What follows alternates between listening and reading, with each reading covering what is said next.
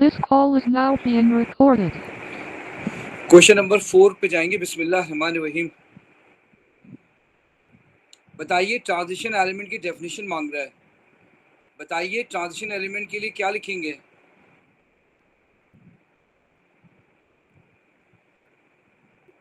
Metals that belong to d block and their one or more ions have incomplete d orbitals. कौन सा आइन, stable आइन या वैसे ही Stable ions. स्टेबल आइन। 1 मार्क का क्वेश्चन है, ठीक है। चलिए, और किसी को याद है तो बताएं क्या लिखेंगे। बताइए ट्रांजिशन एलिमेंट की क्या डेफिनेशन होगी।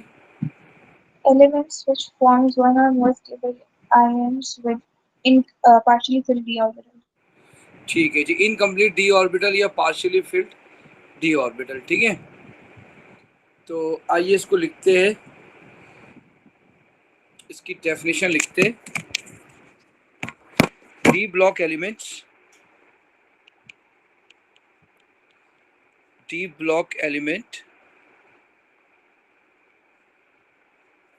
डी ब्लॉक एलिमेंट्स हैविंग, आशा क्लास में ले लेंगे बेटे, हैविंग वन और मोर, Yes, sir. वन और मोर स्टेबल आइन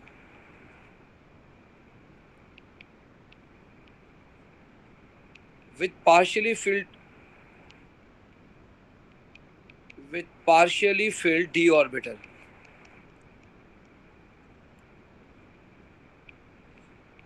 d orbital। चलिए जी, अगला है, आपसे कह रहा है कि अरेंजमेंट ऑफ डी ऑर्बिटल बताएंगे ऑक्टाहेड्रल में एंड इन टेट्राहेड्रल, ठीक है, दोनों में बताना है।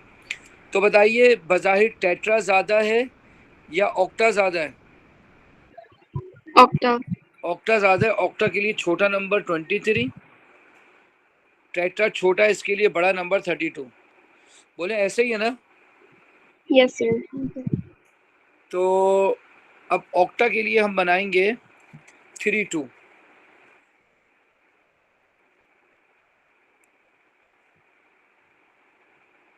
So 23 ना। ऑक्टा बड़ा है, ऑक्टा बड़ा है, उसके लिए छोटा होना चाहिए, ठीक है। तो छोटा कैसा होगा, 23 है ना बेटा, 23 होना चाहिए।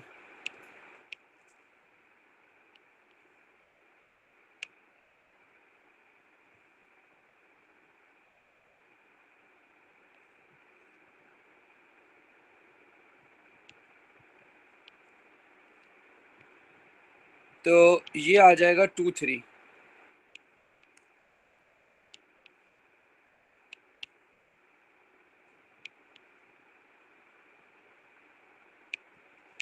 अच्छा जी, अब मैंने आपसे कहा कि ऑक्टा बड़ा है, इसके लिए छोटा, छोटा क्या होगा 23,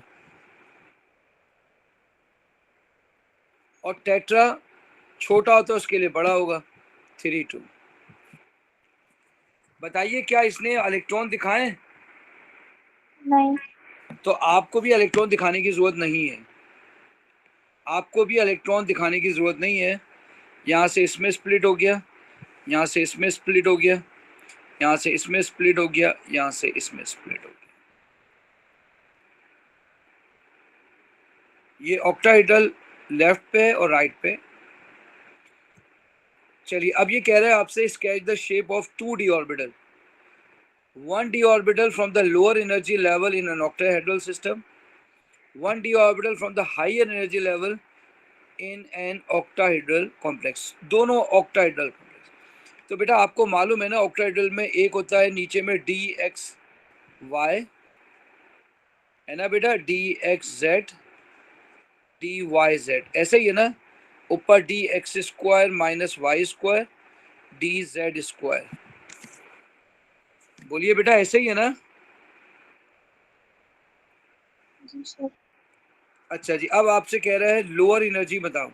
तो लोअर एनर्जी में तो 3 है, dxy, ठीक है, कुछ भी लिख सकते हैं आप। देखो देखें, ये x, ये x डैश, ये z डैश, ये y, y डैश। तो बेटा लोअर एनर्जी लेवल कोई भी बनाते हैं, मैं बनाने जा रहा हूँ DXY। तो बेटा ये है x और y के बीच में, क्या ये x और y के बीच में है? नहीं सर, तो Z और Y के बीच। ये z और y के बीच में है। ये आ गया x और y, ये आ गया x और y, एक ये आ गया x और y, एक ये आ गया x और y। बोलो बेटा आप लोगों की बात समझ आ गई है? Yes, sir. सर अगर इसे जो आपने जो ऊपर वाला बनाया है वो अगर थोड़ा Z के लाइन के ऊपर भी अगर आ जाए तो मसला नहीं है ना? आपने x और y के अलावा किसी चीज को सोचना नहीं है, जी। आपने सिर्फ ये सोचना है कि ये बिटवीन x एंड y है। आप लिखते हैं between x and y axis. चलिए अब हायर एनर्जी बनाना है। हायर एनर्जी में लिखेंगे, मैं तो एक फेवरेट मेरा है Z²।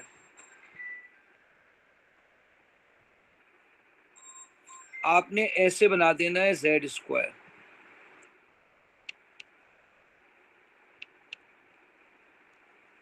ये आ गया आपका Z²। सर अगर d ऑर्बिटल्स को फिल करने का आता तो हम हमेशा बॉटम से स्टार्ट करते हैं ना? हाँ बेटा, पहले लोअर एनर्जी से भरा जाएगा और सिंगली फिल्ड होगा, फिर जो है वो डबल फिल्ड होगा। यानी अगर आपसे इसमें कहा जाए फिल करो तो ऐसे बनेंगे 1 2 3 4 5 6 7 8 9 10 डालेंगे तो वो फिर ट्रांजिशन नहीं होगा ना, वो तो कम्प्लीटली फिल हो जाएगा। Okay, sir. सर पहले हम पूरा का पूरा नहीं करते, लाइक 1 2 जो आपने एक ही करते तो Z² नहीं ऐसे नहीं, देखिए पहले ऐसे भरा 1 2 3 और फिर इसको कंप्लीट करना है 4 5 6। नॉर्मली जो इसमें नहीं, लाइक जो नॉर्मल करते हैं उसके तो वैसे ही करते हैं ना? तो बेटा वो तो डी जनरेट में तमाम की एनर्जी बराबर होती है ना, तो फिर हम उसमें क्या करेंगे, ऐसे बनेंगे 1 2 3 4 5 6 7 8 9, इसमें ऐसे भरेंगे। लेकिन अगर नॉन डिजनरेटेड होंगे तो उसमें ऐसे भरेंगे जैसे मैंने भरे हैं। जी सही। जरा बात समझ आ गई है? जी जी। चलिए आगे बढ़ते। अब आपको ये एक एलिमेंट दिए हुए, ये कंपाउंड दिया हुआ है, तो ये कह रहा है सर्किल करे each atom that form a bond to the iron. कौन से लिगेंड है बताएं, पहले बताएं EDTS में, EDDS इसके अंदर बताएं कौन कौन से लिगेंड नजर आ रहे हैं आपको? O नेगेटिव वाले जो O नेगेटिव वाले आपको नजर on the diagram of EDTS-4 circle each atom that form a bond, यानी डेटिव बॉन्ड जो बनाएगा, ठीक है। तो बेटा ये ऑक्सीजन एटम बकाया, इसने एटम ये सर्किल किया, इसको सर्किल किया, ये ऑक्सीजन भी ये कर सकता है, ये ऑक्सीजन कर सकता है, ये ऑक्सीजन कर सकता है, ये नाइट्रोजन कर सकता है, ये नाइट्रोजन कर सकता है। बोलो बेटा क्या ये बात समझ आ गई है? जी सर। ये ऑक्सीजन, ये मैंने सर्किल भी कर दी है। अब उन्होंने मिला के दिए हुए, हमारा कसूर नहीं है, हमने ऑक्सीजन ही को सर्किल किया है। जिस पे लोन पेयर होगा वो ही होगा। अगला क्वेश्चन है why complexes have different colour. बताइए 2 मार्क के लिए क्या लिखेंगे? डेल्टा लिगेंड डिफरेंट है तो फिर डेल्टा ई भी डिफरेंट है, तो different wavelengths of light absorb. बिल्कुल सही है, बिल्कुल सही है।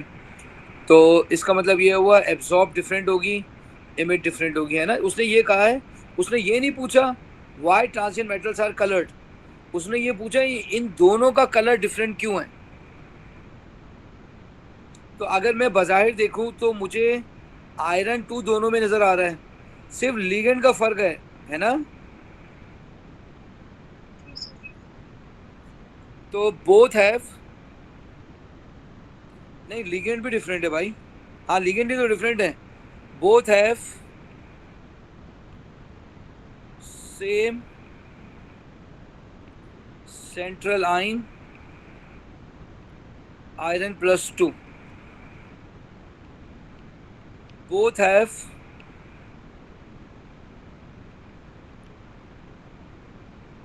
different ligand. Both have different ligand. Different ligand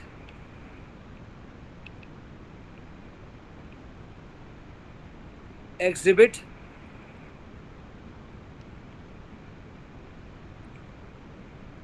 different power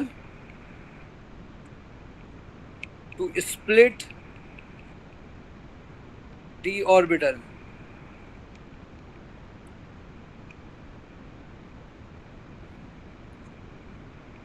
Different dd energy gap. So delta E is different.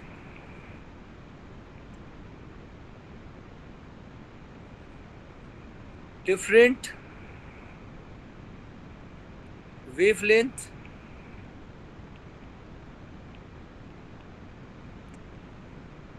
light is absorbed, which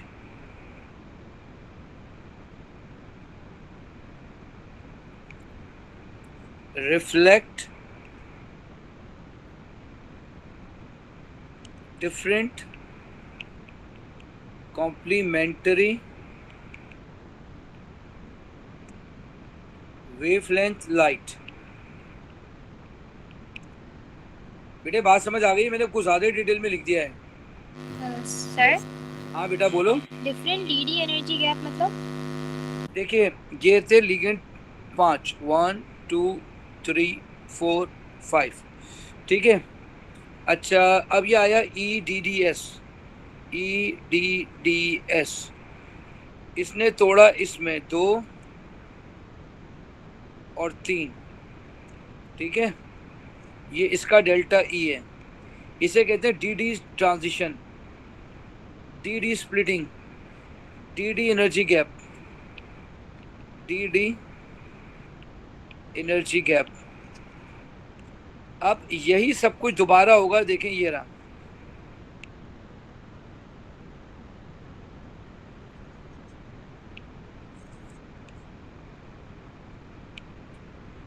अब बताइए क्या डेल्टा ई दोनों का सेम है? नहीं सर। इसे कहते हैं DD energy gap. Okay sir. चलिए आगे बढ़ते हैं। अब आपको एक केमिकल रिएक्शन दिखा रहा है, बताइए इस रिएक्शन का नाम क्या है?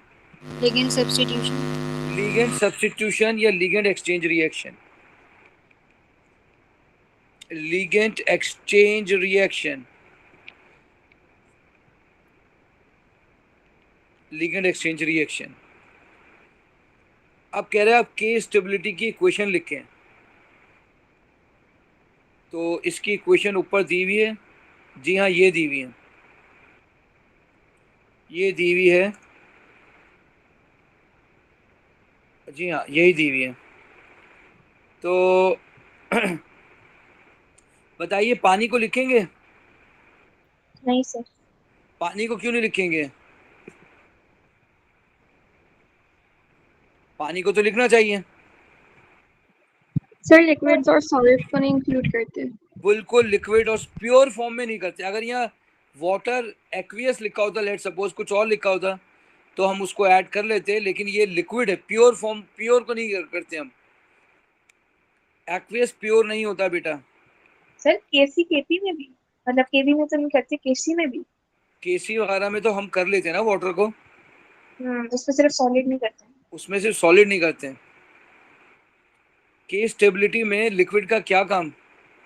एक्वियस का काम है ना, सॉल्ट का पानी से क्या काम, जी सर। समझ रहे हो बेटा। ये आ गया प्रोडक्ट। सर हमें कैसे पता कि हमें ये इक्वेशन कंसिडर करना था और खुद से नहीं बनाना था? बेटा इसने तो इसी का कहा है ना, देखें इसका, देखें इसका कहा है ना, यस सर। तो मैंने इसी इक्वेशन को उतार लिया ऊपर से। Okay sir. अच्छा जी, इधर पानी आ जाएगा,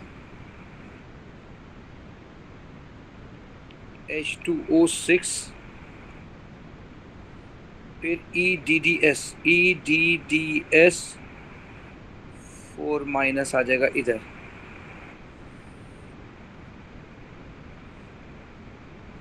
अच्छा प्लस पानी भी +3 का चार्ज है। ये आ गया बेटा आपके पास के स्टेबिलिटी। सर आपने चार्ज को ब्रैकेट के बाहर, चार्ज को ब्रैकेट के बाहर नहीं लिखते, बिल्कुल आपने सही कहा, चार्ज को अंदर लिखेंगे, +3 को अंदर लिखेंगे। ये यहाँ इस वक्त कॉन्सेंट्रेशन है, ये कोऑर्डिनेशन स्फीयर नहीं है। ऊपर जो है वो कोऑर्डिनेशन स्फीयर है, कंसंट्रेशन नहीं है। तो कोऑर्डिनेशन स्फीयर के बाहर चार्ज आता है, ये कंसंट्रेशन की टर्म है।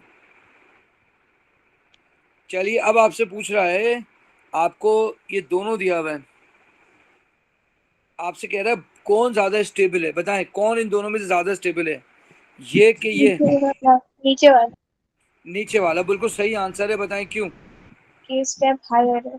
क्योंकि इसकी के स्टेबिलिटी की वैल्यू हाई है। याद रखिएगा जितना के स्टेबिलिटी की वैल्यू हाई होती है हम कहेंगे स्टेबल है, और मोनोडेंटेट से बाइडेंटेट ज़्यादा स्टेबल होता है, बाइडेंटेट से ट्राइडेंटेट ज़्यादा स्टेबल होता है। तो लिहाजा आप लिखेंगे iron EDTA plus is more stable because it has high K stability value। बेटा एक नसीहत मैं आपसे कर रहा हूँ, गैब के इल्म अल्लाह को पता है। अल्लाह ना करे अगर जंग बढ़ गई और पेपर आपके कैंसिल हो गए, तो अगर आपने किसी का एक कंपोनेंट दिया होगा तो उस पर आपका रिजल्ट जा सकता है। अल्लाह ना करे, अल्लाह ना करे, अल्लाह ना करे।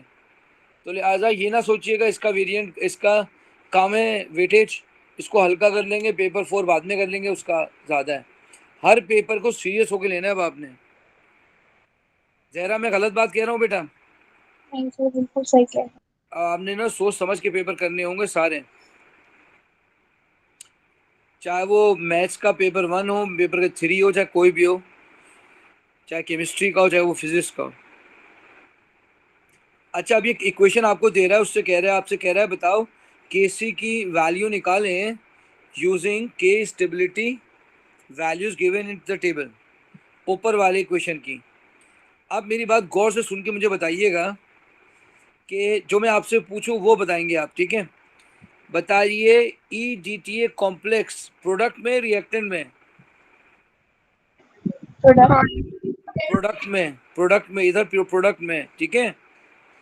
अच्छा अब आप मुझे बताएं, अगर EDTA कॉम्प्लेक्स प्रोडक्ट में, तो ये जो के स्टेबिलिटी दी हुई है, तो ये के स्टेबिलिटी किसकी दी हुई होगी, रिएक्टेंट वाले की दी होगी, प्रोडक्ट वाले की दी होगी? प्रोडक्ट की दी होगी। प्रोडक्ट की दी होगी। तो इसका मतलब है ये भी प्रोडक्ट में है और ये भी प्रोडक्ट में है। अब बताएं EDTA, इसका नाम मैं रख देता हूं के स्टेप 1, इसका नाम रख देता हूं मैं के स्टेप 2। सर ये EDDS प्रोडक्ट में कैसे होगा? बेटा जिसकी के स्टेबिलिटी की वैल्यू गिवन है ना, तो हम कहते हैं कि वो के स्टेबिलिटी जो है ना वो प्रोडक्ट में है। क्या आपको मेरी बात समझ आ रही है? जी सर ठीक है। अच्छा अब आप मुझे यहाँ देख के बताएं, कहाँ गया, यहाँ EDTA माइनस रिएक्टेंट में, प्रोडक्ट में? प्रोडक्ट में सर। प्रोडक्ट में। तो Kc की वैल्यू आएगी, ये प्रोडक्ट न्यूमरेटर में चले आएगा, K step iron EDTA,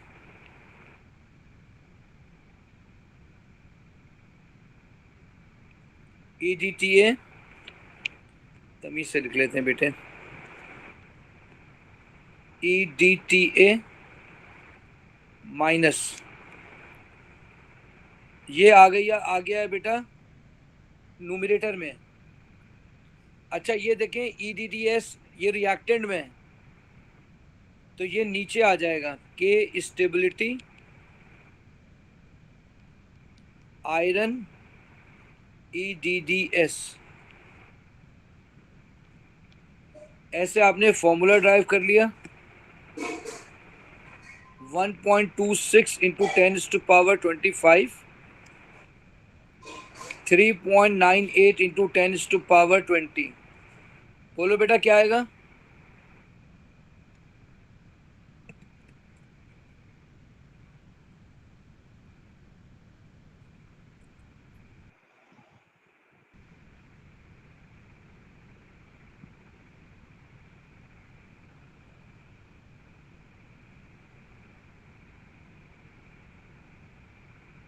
Three point 1 7 exponent 4. 3.17 into 10⁻4, 3.17 into 10⁻4। चलिए question number 5। Question number 5। Sir एक सवाल है। जी बेटा पूछे। सर वो जो आपने ट्रांजिशन एलिमेंट्स आपने कलर वाला जो लिखवाया आंसर, उसमें आपके कौन कौन से पॉइंट्स हैं जो मैंडेटरी हैं लिखना आंसर में? देखो मेरी बात सुनो, देखो लिगेंड की पावर बताना ज़रूरी है कि उसकी दोनों में से लिगेंड की पावर डिफरेंट है, ठीक है। ये देखो एक येलो कलर दे रहा है, एक रेड कलर दे रहा है, मुझे वेवलेंथ याद नहीं है किसकी क्या है। अब मैं एग्जाम में क्या लिखूंगा? मैं वेवलेंथ मुझे याद होती तो मैं बोल सकता था कि EDTA की वेवलेंथ ज़्यादा होती है, येलो की कलर की, मुझे याद ही नहीं आ रहा। अब मैं लिखूंगा कि इन दोनों में डिफरेंस लिगेंड का डिफरेंस है। डिफरेंट लिगेंड जो है ना डिफरेंट पावर की होगी, डिफरेंट पावर होगा तो DD स्प्लिटिंग डिफरेंट होगी। DD डेल्टा E का गैप जितना ज़्यादा होगा उतना वेवलेंथ चेंज हो जाएगी। एब्जॉर्ब वेवलेंथ डिफरेंट होगा तो जो ऑब्जर्व्ड वेवलेंथ है वो भी डिफरेंट होगा। बात समझ आ गई है बेटा? ये डिफरेंट कलर का आंसर है। सर तो मैं लिख दूं कि क्या कहते हैं रेड का क्या कहते हैं एब्जॉर्ब कलर अलग कलर था और येलो का अलग था, और कलर के नाम लिख दूं तो कितने मार्क्स मिल जाएंगे? यार ये तो आपने आंसर लिखा ही नहीं ना, ये तो उस पर एक भी नंबर भी नहीं मिलेगा।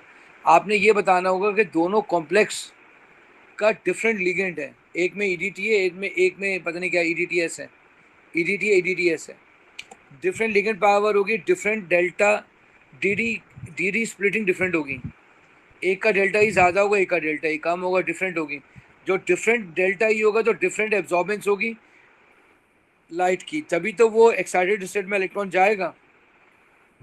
सही है। तो अब वो डिफरेंट एब्जॉर्प्शन होगी और डिफरेंट लाइट इमिट होगी। सही। मैंने कुछ ज़्यादा डिटेल में लिख दिया, लेकिन आपने भी जगह है तो ऐसे ही लिखना पड़ेगा। अगर हम मार्किंग स्कीम देख के छापेंगे तो फिर तो हम टू द पॉइंट लिखेंगे। एक बात याद रख लीजिएगा, मार्किंग स्कीम आपके लिए नहीं है, मार्किंग स्कीम टीचर के लिए है कि एटलीस्ट ये पॉइंट लिखें तो उनको नंबर देना। अच्छा जी, अब ये कह रहा है describe the action of cisplatin as an anti cancer drug. Cisplatin, तो अब ये देखें, मैंने आपको प्लाटिनियम निकल, अगर निकल का मैंने आपको अभी ग्रुप में भेज दिया है मैसेज करके, कब टेट्राहेड्रल होगा, कब जो है वो स्क्वायर प्लेनर होगा। आप लोगों को समझ आ गया ना वो बात?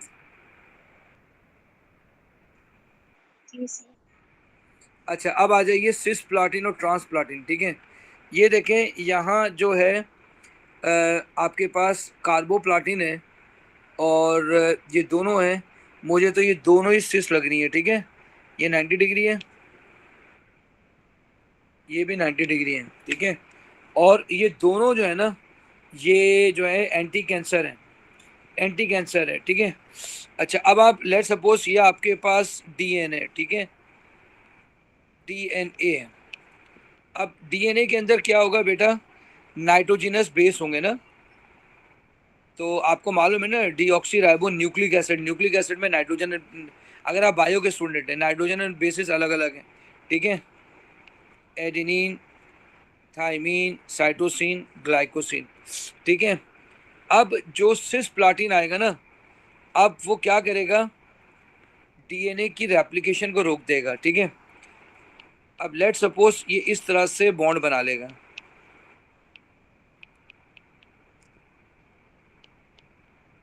लेट सपोज ऐसे बॉन्ड बना लेगा, ठीक है। तो अब ये ब्लॉक हो गई, अब ये रेप्लिकेशन रुक गई। अब जब ये रेप्लिकेशन रुक जाएगी, ठीक है, तो सेल डिवीजन नहीं होगी।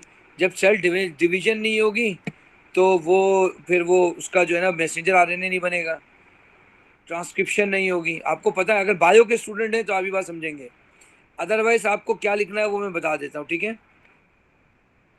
आप लिखेंगे cisplatin is anti cancer drug,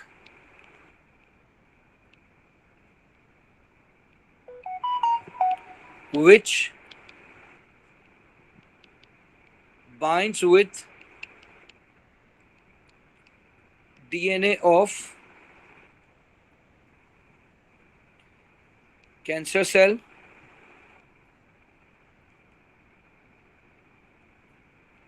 and prevent cell division. Cell division. क्या आपको मेरी बात समझ आ रही है? ठीक है। सेल डिवीजन को आप रेप्लिकेशन भी कह सकते हैं।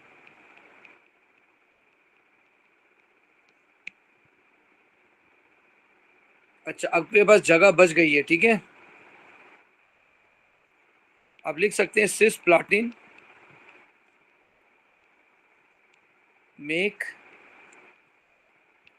bond with nitrogen base of DNA। बस ये एक्स्ट्रा लिख दिया ऐसे ही। Suggest the geometry of the platinum center in the carboplatin complex. बताइए कौन सी ज्योमेट्री नजर आ रही है आपको? Square planar, square planar, square planar. Carboplatin अगला क्वेश्चन है, does not show cis trans isomerism, explain why. Carboplatin, ये रहा कार्बोप्लाटिन, मैंने तो इस पे 90 लिख दिया बेटा, लेकिन ये कह रहा है कि नहीं होता।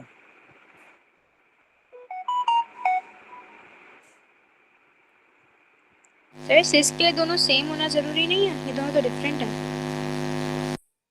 सिस के लिए ये दोनों सेम है और ये दोनों डिफरेंट है, ठीक है। देखिए इसका सिस प्लाटिन तो मैंने बना दिया ना, अब मैं इसका ट्रांस बनाने जा रहा हूँ। ये देखें, महक मेरी आवाज आ रही है बेटा? जी सर। ठीक है मेरा बच्चा, ये देखो, ये मैंने ऐसे ही बनाया। अब मैं इसका ट्रांस बनाने जा रहा हूँ, ठीक है। ये रहा ओ,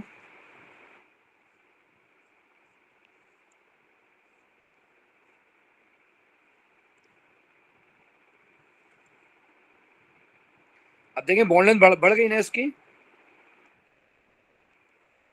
जी सर। अब इसकी बॉन्ड लेंथ बढ़ गई है, तो क्या ये अब पॉसिबल है कि इतना घूम के जो है ना वो ट्रांस बना लें? है बेटा? नहीं सर। अच्छा,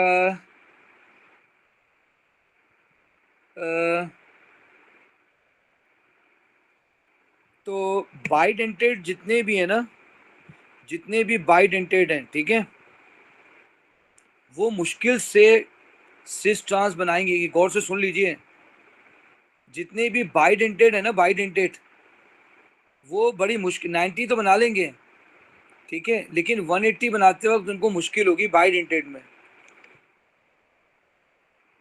बन जाएंगे लेकिन मुश्किल होगी। तो इसका 1 नंबर का सवाल है, हम ये लिखेंगे bidentate ligand can form by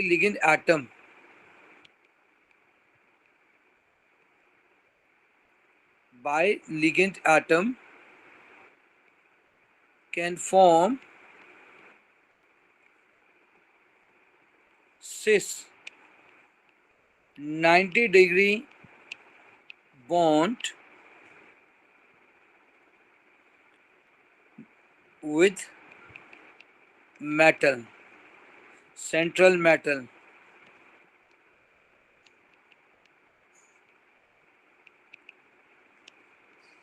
One 80-degree bond angle is difficult to make.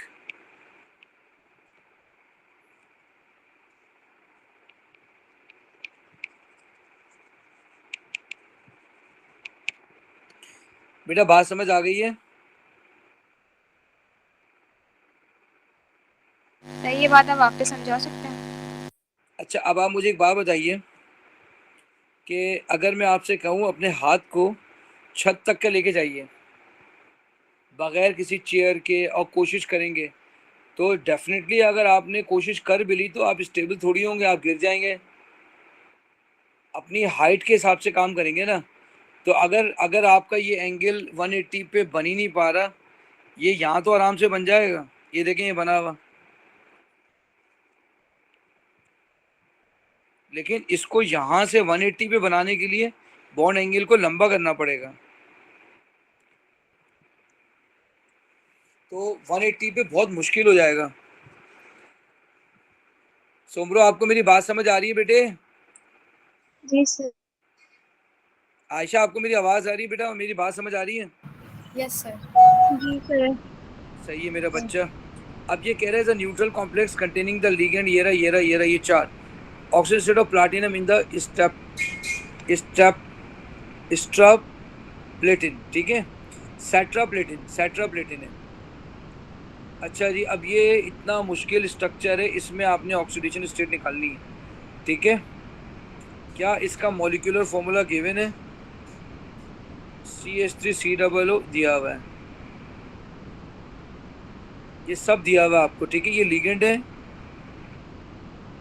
अच्छा, मेटल आयन कौन सा है? प्लैटिनम है बस।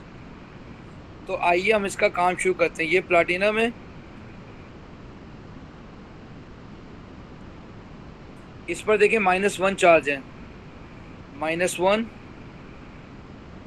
इस पर 0 चार्ज है, इस पर -1 चार्ज है,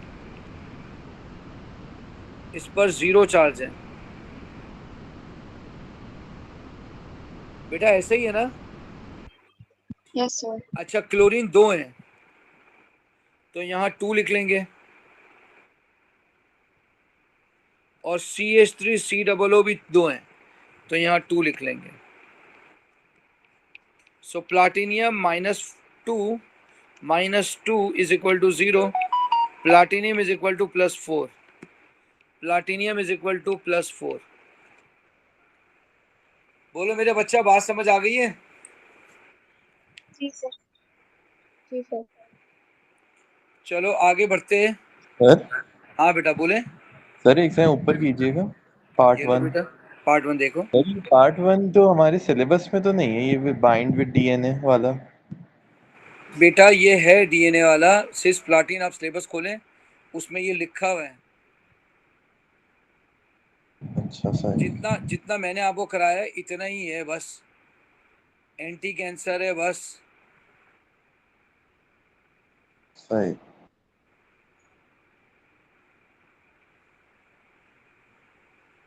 चलिए आगे बढ़ते हैं। आगे बढ़ते हैं। चलिए अगला क्वेश्चन है आपसे। Compound AM is made from 1,3-dimethylbenzene in a 2-step synthesis। Synthesis का क्वेश्चन आ गया बेटा। अब आपने बताना है कि क्या किया होगा आपने। देखिए 4 ऑक्सीजन बन गए ना बेटा, जी 7 से लेकर 8। तो इसका मतलब है KMnO4 डाला होगा एसिडिफाइड, तो इस पर ये बन गया होगा COOH C double bond OH।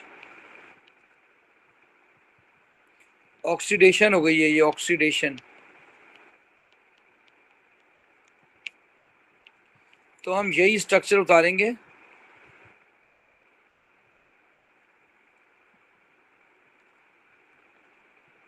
इस पे लिख देंगे COOH COOH। 8 कार्बन हो गए, 6 हाइड्रोजन हो गए और 4 ऑक्सीजन हो गए। Suggest reason condition for each step. बेटा पहले तो हमने लिख दिया था कि हम KMnO4 डालेंगे और हीट अंडर रिफ्लक्स कर देंगे। पहला आंसर है acidified KMnO4 plus heat under reflux. Sir alkaline नहीं होगा? क्या अल्कली, मैंने क्या अल्कली आपको लिखवाया है? नहीं सर, वो KMnO4 का अल्कलीन एसिडिफाइड दोनों हो सकता है। सर वो alkaline KMnO4 followed by H positive. हाँ हाँ, ये है, लेकिन ये तो नहीं है ना कि एसिडिफाइड ही नहीं है। ठीक है, सर मैंने कहीं कहीं MS में देखा था, उन्होंने सिर्फ अल्कलीन KMnO4 और हीट अंडर रिफ्लक्स लिखा हुआ था। नहीं, आप एसिडिफाइड डालते हैं फॉलोड बाय, आप यहाँ लिख दें, यहाँ लिखेंगे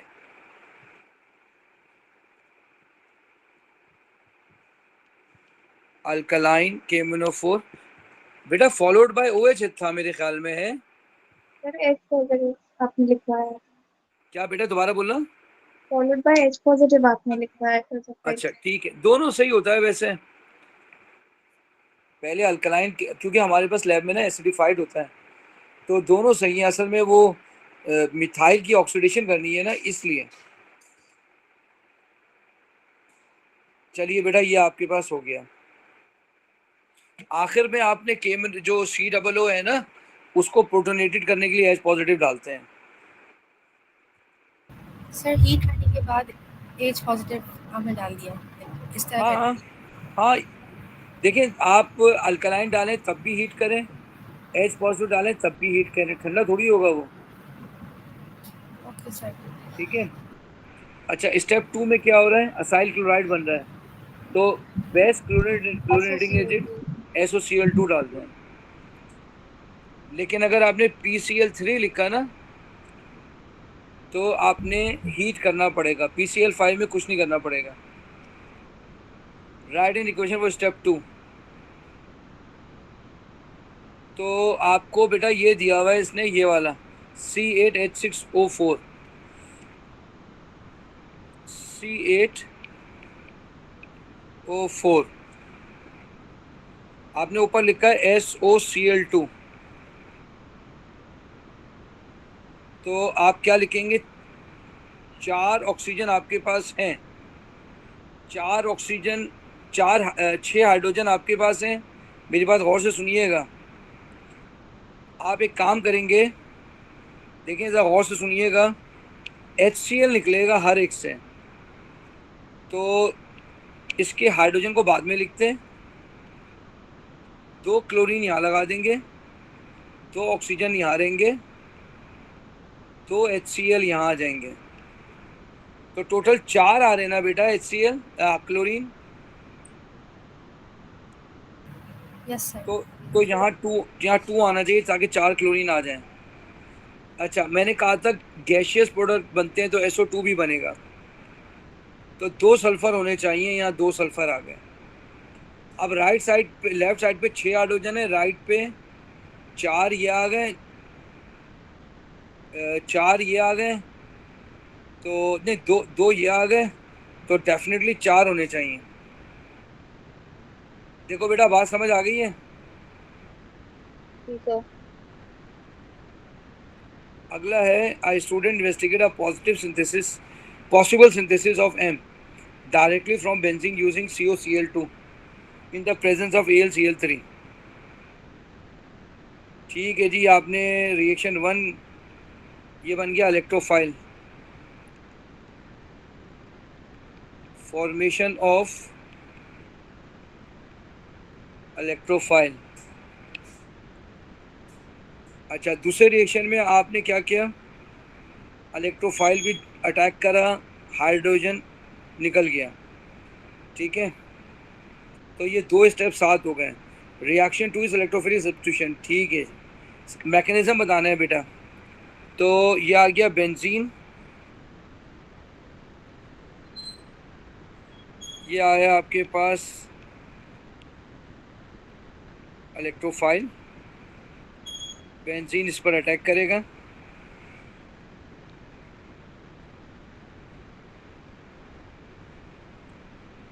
ये आ गया। इधर आपने लगा देना है C++OCl। सर दूसरी रिंग में आधा वो नहीं बनेगा प्लस के साइन के साथ? तो अभी हम कर रहे हैं ना बेटा, एक मिनट रुक जाए। जहाँ ये लगा है ना वहाँ से मुंह ये खुल जाएगा इसका और यहाँ प्लस आ जाएगा। अब क्या होगा, ये हाइड्रोजन अपना इलेक्ट्रॉन सेक्रीफाइस करेगा,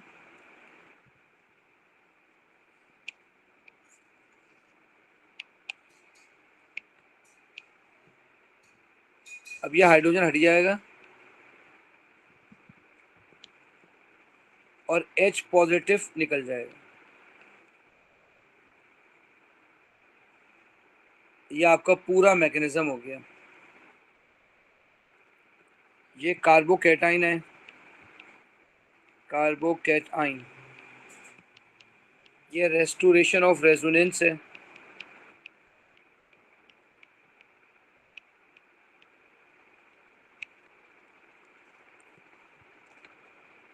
चलिए क्वेश्चन नंबर 6। ये आपको एक फ्यूमेरिक एसिड दिया हुआ है, identify the product of this reaction between fumaric acid and excess of hot concentrated acidified magnet 7। तो बताएं, अगर इसके अंदर KMnO4 डालेंगे, हॉट है कोल्ड, कोल्ड है हॉट, तो बताइए ये टूट जाएगा, जी सर। डबल बॉन्ड टूट जाएगा। ठीक है, अच्छा यहाँ H है, यहाँ भी H है, तो बताएं क्या चीज़ बननी चाहिए। कार्बोक्सिलिक एसिड, तो कार्बोक्सिलिक एसिड। इसका मतलब ये हुआ COOH बनना चाहिए, यस सर। है ना। Fumaric acid and excess of hot considered acidified KMnO4, बिल्कुल यही बनना चाहिए। और दूसरी तरफ से भी ये बॉन्ड टूटेगी तो COOH और वहाँ पर भी COOH बनना चाहिए। ऐसा ही है बेटा।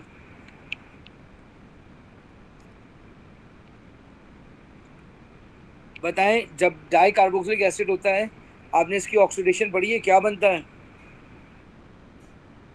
कार्बन डाइऑक्साइड का वाटर। तो ये डायरेक्ट कन्वर्ट हो जाएगा कार्बन डाइऑक्साइड, क्योंकि एक्सेस डाला है, एक्सेस, फिर ये further convert into carbon dioxide and water.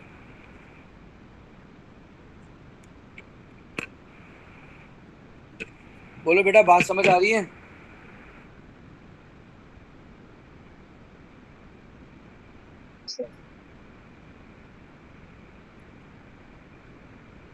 बेटा क्या ये बात समझ आ गई, हम आगे बढ़े। Yes sir. फिर बता दे। बेटा मैंने आपसे कहा डाई कार्बोक्सिलिक एसिड है ना, आपको याद है di carboxylic acid. Di carboxylic acid जो है वो ऑक्सीडाइज होकर कार्बन डाइऑक्साइड और पानी बनाता है। जी सर। आप चेक करें, मैंने डाई कार्बोक्सिलिक एसिड में कराया है।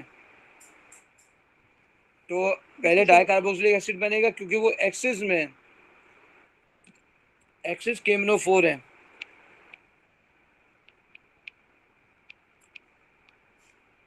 तो वो इसको भी ऑक्सीडाइज करके ये बना देगा।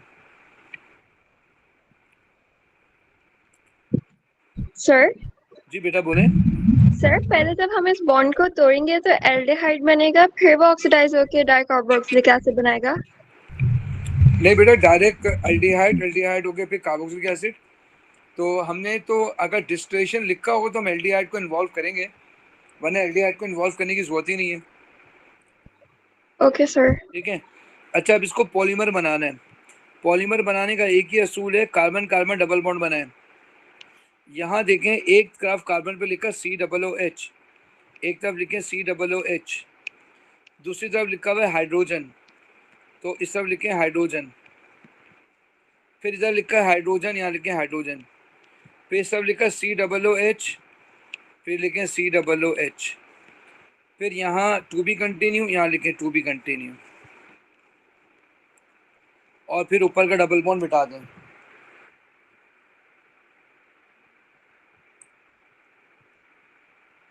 बेटे बात समझ आ गई है?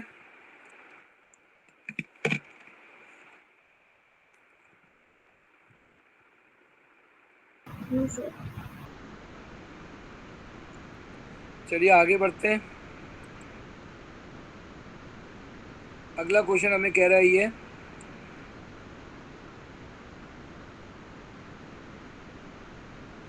अगला क्वेश्चन कह रहा है कि draw the repeat unit of the polyester form.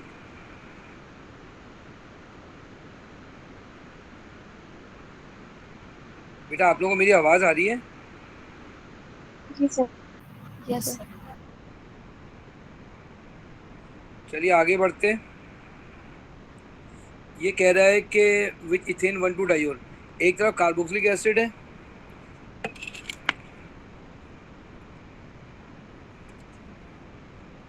अच्छा बेटा सॉरी, आपने इथेन डायोल के साथ बनाना है, ठीक है। तो ये आ गया आपका कार्बोक्सिलिक एसिड,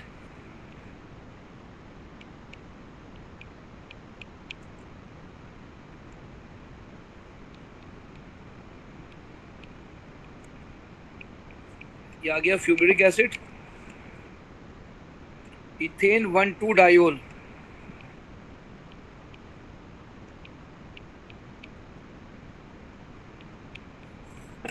ये आ गया 1,2 डायोल, इथेन 1,2 डायोल। अब क्या होगा, ये OH इस H से बॉन्ड बना लेगा। कितने यूनिट कहा है इसने?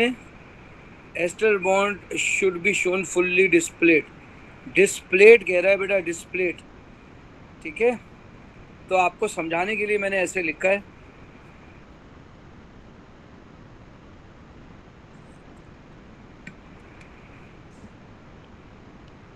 ये देखें, ये बना दिया,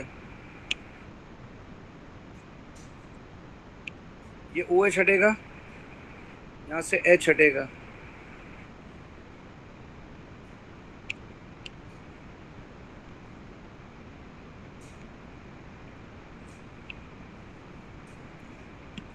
बेटे आप लोगों को मेरी बात समझ आ रही है? क्या करा है मैंने ये?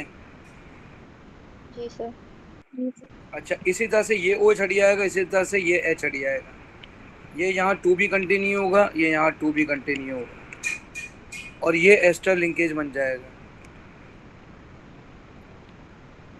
आइए अब इसका डिस्प्लेड फॉर्मूला बना रहे हैं।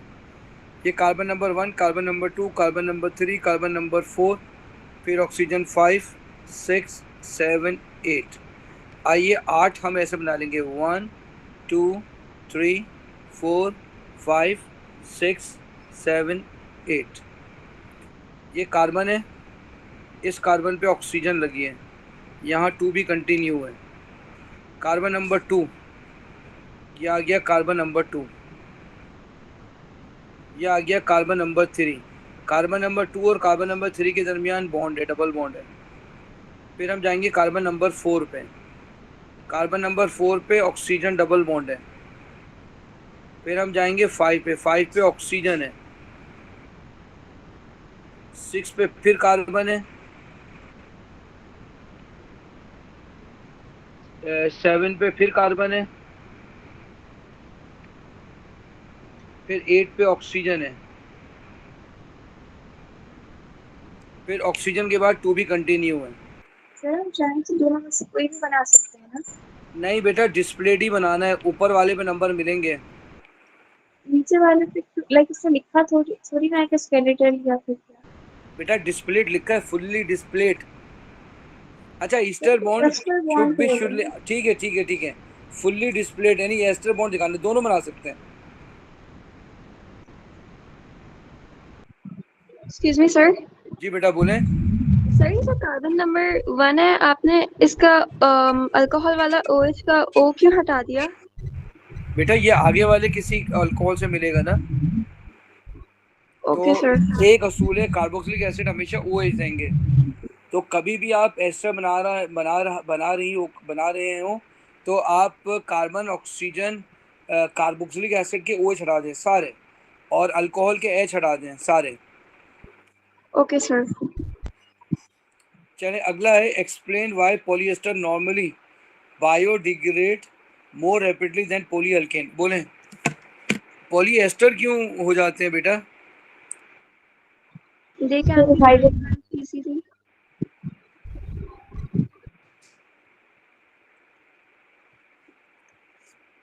बेटा मुझे आपकी आवाज़ नहीं है, दोबारा बोलेंगे? Sir, they can be hydrolyzed more easily. क्यों? उनके पास एस्टर बॉन्ड है सर। पॉलीअल्कीन में ना कार्बन कार्बन डबल बॉन्ड है, एस्टर में ये बॉन्ड है नाजुक, नाजुक बॉन्ड है, ये बॉन्ड नाजुक है, ठीक है बेटा। ये पानी के से टूट जाता है ना, Yes sir. Ester bond hydrolyse हो जाता है, पानी से रिएक्ट करके टूट जाता है, नाजुक है, पानी में सॉल्युबल है, और वो कार्बन कार्बन डिसॉल्व ही नहीं होता। तो आप लिखेंगे carbon carbon bond can not be hydrolyzed easily, so polyalkane are stable। पॉलीअल्कीन है ना? हाँ पोलीअल्कीन है लेकिन होंगे अल्केन, ठीक है, polyalkene are stable, polyalkene are stable while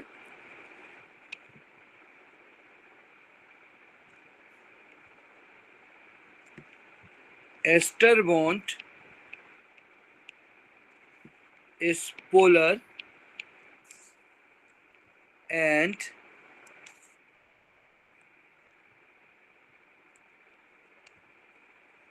easily hydrolyzed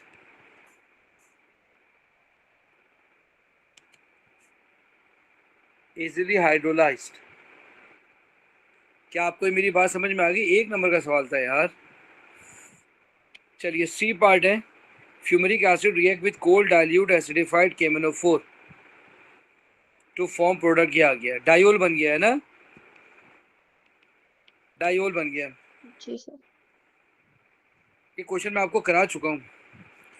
अच्छा अब आप ये देखें, कह रहे हैं complete the 3 dimensional diagram in the box to show the other 2 stereo isomer. अब मेरी बात गौर से सुनिएगा, आपने इसको नंबरिंग करनी है, ठीक है। बताएं कार्बोक्सिलिक एसिड 1 आ जाएगा, OH सेकंड आ जाएगा, और ये थर्ड आ जाएगा। अब इसको 1 2 3 घुमाएंगे तो ये बताएं क्लॉकवाइज है एंटी क्लॉकवाइज है? Anti-clockwise. एंटी क्लॉकवाइज सज्जाद साहब S से आते हैं, ये S आइसोमर है एंटी क्लॉकवाइज। एंटी क्लॉकवाइज को मैंने नाम रख दिया S, और क्लॉकवाइज को रखूंगा मैं R। इसमें ये 1 है, ये 2 है, ये 3 है। अब बोले इसको कैसे घुमाऊंगा? 1 2 3। अब बताएं ये क्लॉकवाइज है anti clockwise? Anti. Anti clockwise, तो फिर ये भी S हुआ।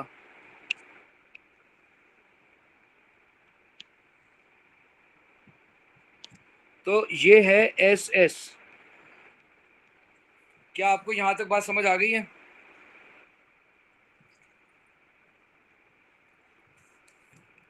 बेटा Yes sir. ठीक है, अब आप नीचे देखेंगे, अब आपने ऊपर आपने एसएस है ना, तो अब आप आरआर बना लें, ठीक है, आप जो चाहे बनाना चाहे बना लें इसको, ठीक है।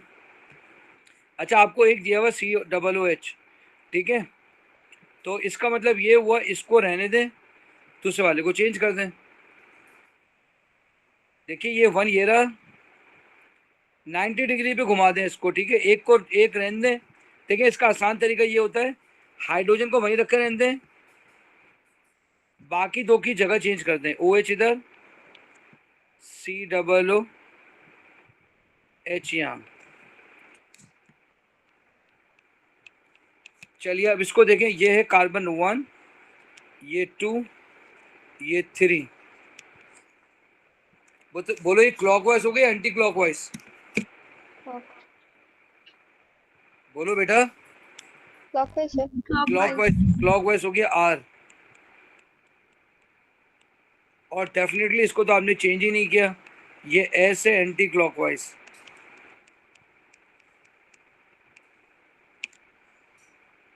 बोलो बेटा, बात समझ आ गई है? Yes, sir. ये बन गया आपका SR, एक ऊपर वाला SS है, SR कर दिया। अब आप चाहें तो अगला SR कर दें या RR कर दें, RR आसान है, देखें इसको फिक्स रखा हुआ है तो इनको इंटरचेंज कर दिया, ठीक है। RR बनाना है, ये यही वाला रहने दें। अब नंबरिंग करें 1 2 3, बोले है कि नहीं है क्लॉकवाइज? क्लॉकवाइज, ये 1, ये 2, ये 3। सर ये एक दफा वापस समझा देंगे? अबे यार ना करो ऐसे यार, बताइए ये भी क्लॉकवाइज है? जी सर। ये जी ये भी क्लॉकवाइज आ गया।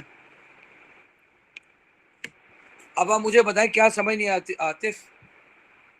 ऐसे सर, ये SR RR कैसे बना? आपको नंबरिंग देना आ गई? नंबरिंग, जी नंबरिंग देनी आ गई।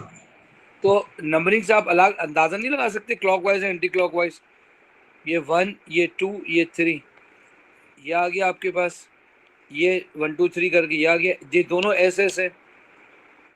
तो सिंपल बेस ये है, ये SS है, मैंने एक को SR बना दिया, एक को RR बना दिया। मैं चाहता तो RS भी बना सकता था। इसकी टेक्निक ये है, किसी भी एक को पकड़ लें वहीं रखें और बाकी दो को एक्सचेंज कर दें, खुद ब खुद चेंज हो जाएगा। आतिफ आपको मेरी बात समझ आ गई? खुद करना पड़ेगा आपको। जी जी समझ आ गया। ये मैंने सेकंड टाइम कराया है आपको, इससे पहले भी कराया है। विशा ने मुझसे क्वेश्चन पूछा था तो मैंने उस दिन आपको करा दिया था ये। बोलो बेटा, बात समझ आ गई है? जी आपने इसमें नंबरिंग किस हिसाब से की थी? बेटा मॉलिक्यूलर मास। Okay sir.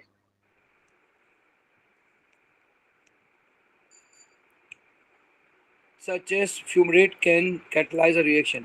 अच्छा देखें, ये आपके कोर्स में अब नहीं है, लेकिन मैंने पिछली दफ़ा भी समझाया था, अभी दोबारा समझा देता हूँ, ठीक है। एंजाइम है, एंजाइम, ये आ गया एंजाइम, क्या नाम है इसका? फ्यूमिरेस। फ्यूमिरेस, ये इसकी एक्टिव साइड है।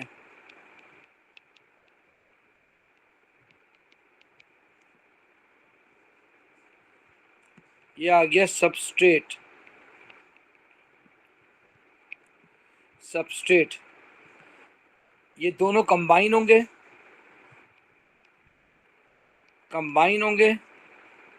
एक्टिव साइट और एंजाइम की साइट ये कॉम्प्लीमेंट्री होते हैं, दोनों की शक्ल एक जैसी है। आप लिखेंगे fumarase, enzyme and substrate are complementary आपके घर में जो लॉक लगा है उसकी चाबी अलग है, मेरे घर में जो लॉक लगा है उसकी चाबी अलग है, लेकिन कॉम्प्लीमेंट्री होती हैं ये, हर ताले की अलग चाबी। For fumarase enzyme and substrate are complementary to each other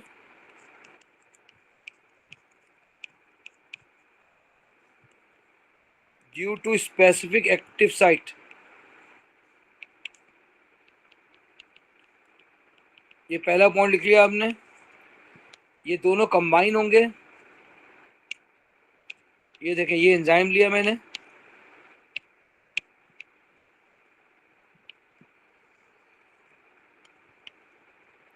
ये इसको जोड़ दिया, ये इससे जुड़ जाएगा, ठीक है। ये बनेगा enzyme substrate complex number 2। both combine and form enzyme substrate complex। उसके बाद क्या होगा, आप देख सकते हैं एंजाइम वैसे ही आ जाएगा, लेकिन सबस्ट्रेट के टुकड़े टुकड़े हो जाएंगे।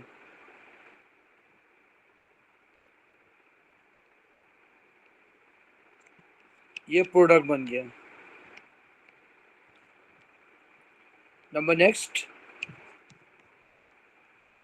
Product is formed and released। चलो बेटा, क्वेश्चन नंबर 7, इंशाल्लाह ये आखिरी क्वेश्चन होगा। चलिए जी, ड्रॉ डाइपेप्टाइड। इसका डाइपेप्टाइड बनाना है प्रो और ग्लाइसिन का, प्रो और ग्लाइसिन का। जहाँ तक मुझे याद पड़ा है, जरा चेक करके बताइएगा। ग्लाइसिन ये होता है बेटा,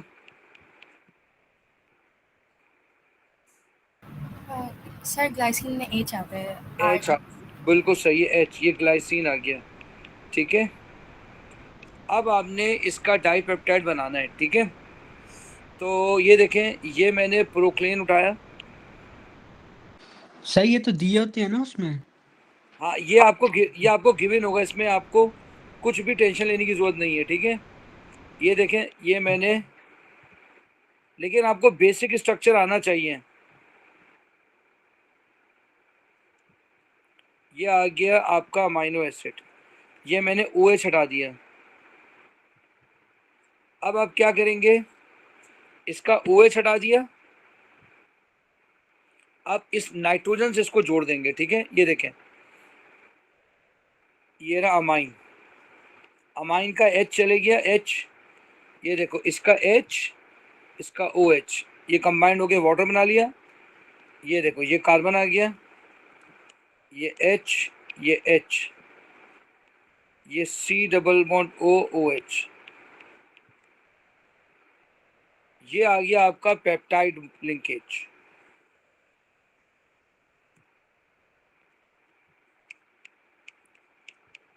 पेप्टाइड लिंकेज।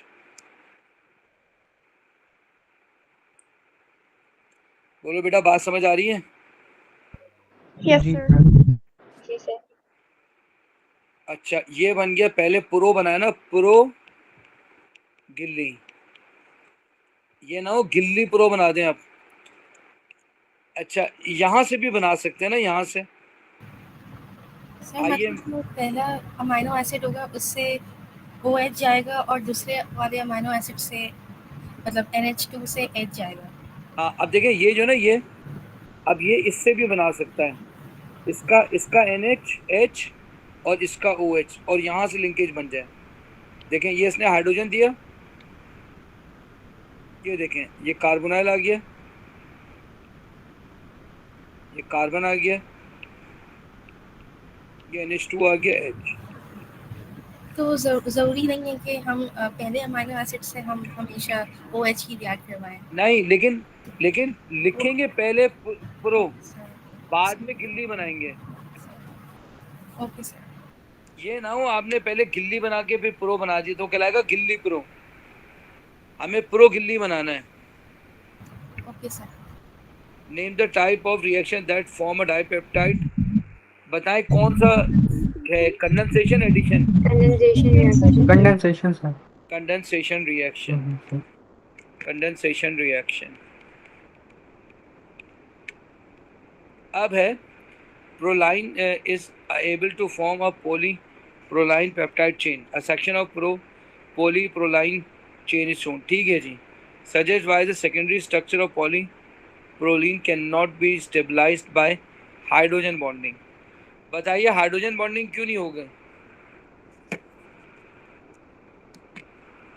बताइए, ये अपने ही किसी के साथ हाइड्रोजन बॉन्डिंग भी बना सकता है ना?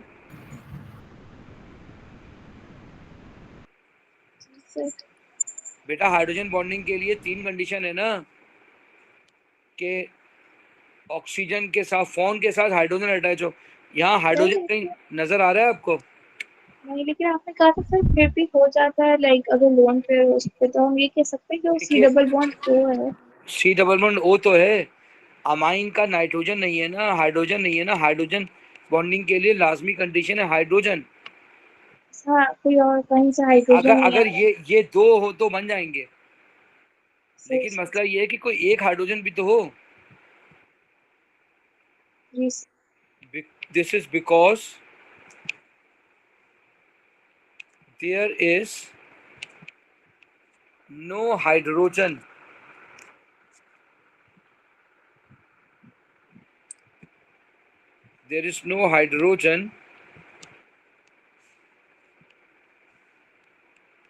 directly attached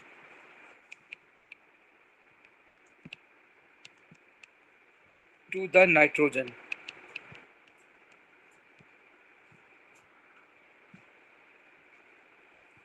चलिए अब इसके बी पार्ट पे जाएंगे। आपको ये दिया हुआ प्रोलाइन से रिएक्शन बाय NaOH। बताइए क्या होगा? कार्बोक्सिलिक एसिड बना लेगा इसके साथ रिएक्शन करके?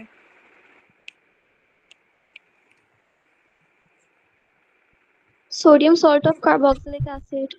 शाबाश। देखो बेटा, ये हट जाएगा, ONA बन जाएगा। अच्छा जी, बाकी तो सारे ये हुआ है। राइट, इक्वेशन नंबर 1 की आपने इक्वेशन बनानी है, ठीक है?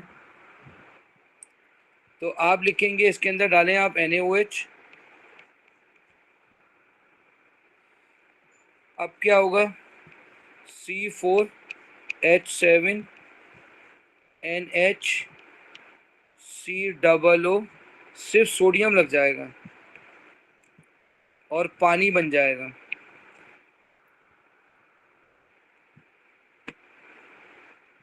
अब ये कह रहा है suggest the skeletal structure of R। C7H11NO3 the product of reaction 2। अच्छा, इसमें असाइल क्लोराइड डाल दिया, ठीक है? तो हम ये स्ट्रक्चर उठाएंगे,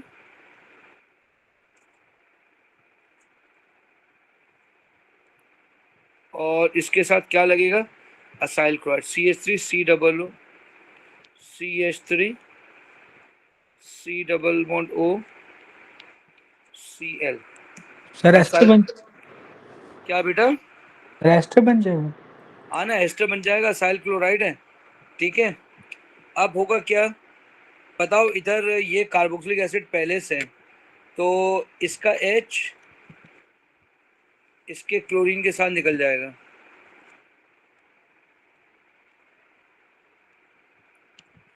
तो ये हाइड्रोजन गया। अब ये देखो,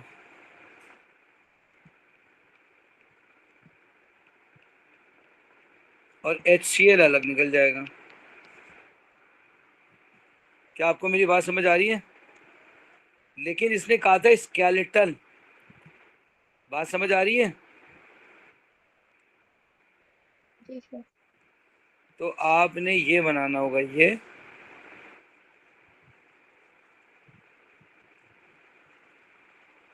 स्केलेटन बनाना पड़ेगा, ठीक है। Answer suggest the required for the जी बेटा बोले। सर हमने कार्बोक्सिलिक एसिड में से H3 लिया। कार्बोक्सिलिक एसिड का H ले लेंगे तो ये दो कार्बोक्सिलिक एसिड साथ जुड़ जाएंगे।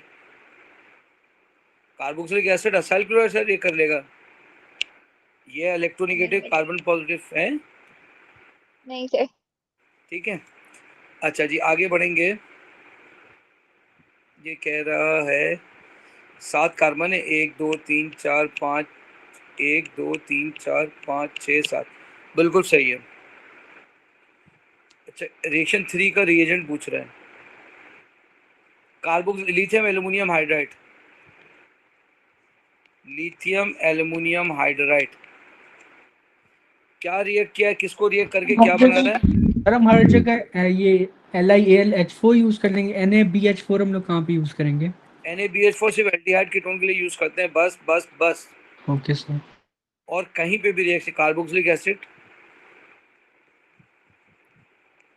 कार्बोक्सिलिक एसिड सर उनके लिए तो LiAlH4 भी यूज कर सकते हैं ना? हाँ उनके लिए वो भी कर सकते हैं। Carboxylic acid reduce to first degree alcohol. अच्छा जी अगला है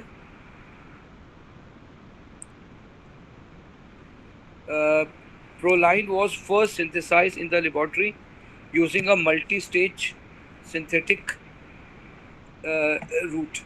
In stage 1, CH3, COO, C2H5 and CH3, CH2, CHCN react to form a single. ठीक है जी।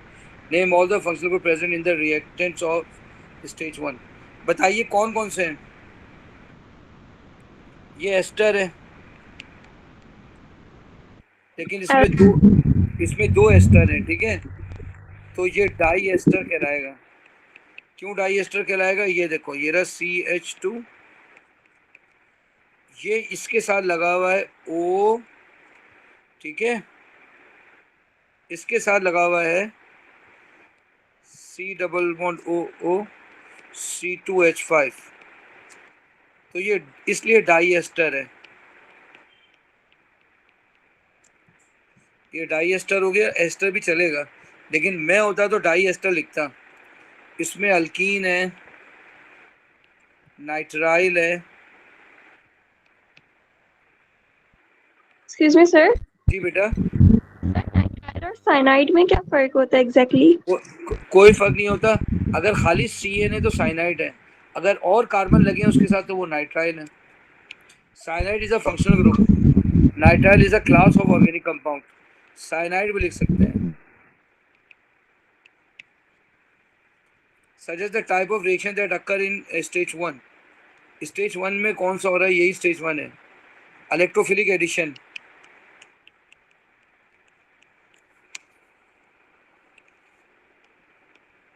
इलेक्ट्रोफिलिक एडिशन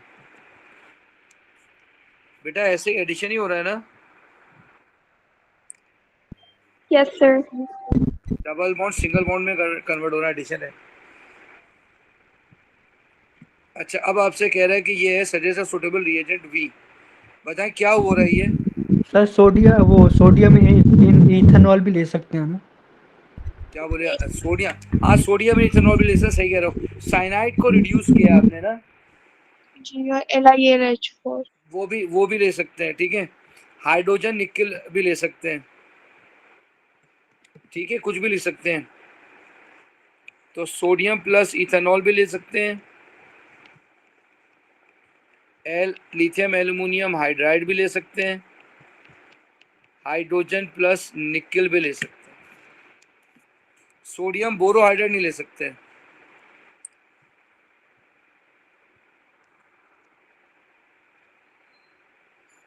अब देखें ये साइक्लाइजेशन हो रही है, ये साइक्लाइजेशन हो गई है बेटा। बताइए क्या कुछ चीज एलिमिनेट भी हुई है? तो डेफिनेटली ये कंडेंसेशन हो गई। ये देखिए अमाइड बन गया ना, Yes, sir. तो अमाइड और वाई भी निकला, तो ये कंडेंसेशन ही होगा, ये कंडेंसेशन ही हो रहा है।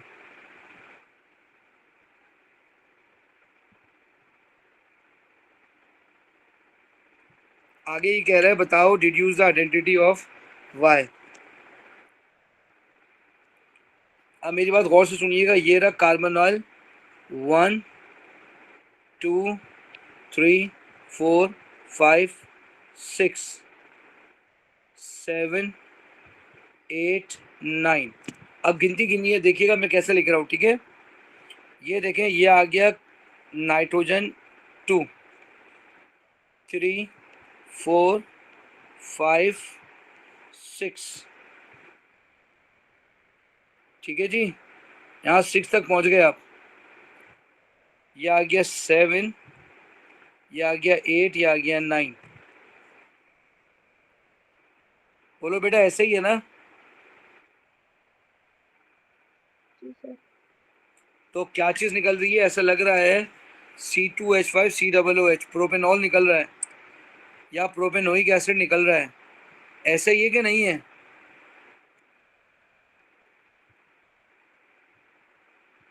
बोलो बेटा। अच्छा अब आप गौर से देखें, कार्बन नंबर 1 भी कहीं नजर नहीं आ रहा आपको, तो इसका मतलब है कार्बन नंबर 1 ये है, तो ये चीज बाहर निकल गई है C2H5OH। तो Y क्या चीज है, C2H5OH।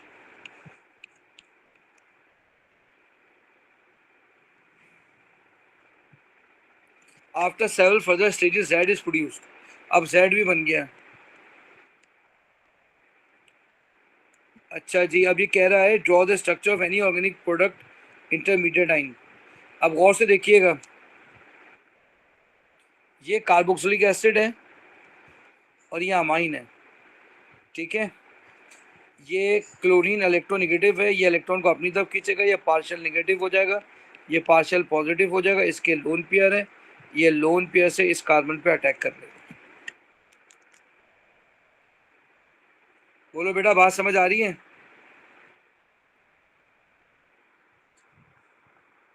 हेलो, आपको मेरी आवाज आ रही है बेटे। जी सर आ रही है। अब ये देखें, ये देखें, ये आया नाइट्रोजन NH2, ठीक है, क्लोरीन निकल गया, ठीक है, क्लोरीन निकल गया, इस पर आ जाएगा पॉजिटिव चार्ज, ठीक है, और ये आ गया COOH।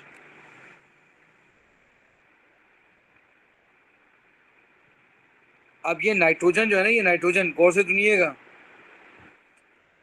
अगर आप चाहें तो ऐसे बना दें, ठीक है, चाहें तो आप नाइट्रोजन के साथ इसके बॉन्ड को शो कर दें यूं करके, और नाइट्रोजन पे 4 बॉन्ड बन गए, नाइट्रोजन को प्लस बना दें।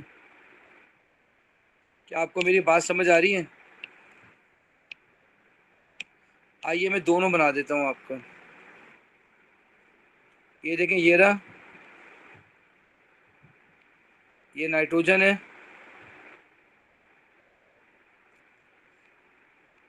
COOH NH2। अब नाइट्रोजन के 4 बॉन्ड हो गए ना, जब भी नाइट्रोजन के 4 बॉन्ड होते हैं तो पॉजिटिव चार्ज आ जाता है।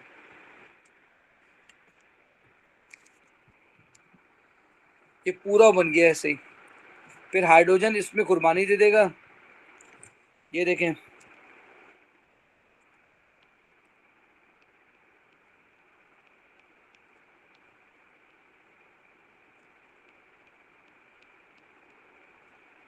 बोलो बेटा बात समझ आ गई है कि नहीं आई है। जी सर। अब ये कह रहा है कि भाई identify with an asterisk the chiral centre in proline. क्या ये कायरल सेंटर है। जी सर। यही कायरल सेंटर है। चलिए अगला है part of the structure of gelatin is shown. Identify the number of amino acid unit in the structure shown. बताएं कितने अमाइनो एसिड नजर आ रहे हैं आपको। Number of amino acid unit in the structure shown. Amino acid होता है जितने अमाइड, अमाइड देखें अमाइड कितने, अमाइड गिने, 1 2 3 4 5 6 7 8। और कहीं आपको दिख रहे हैं अमाइन बेटा?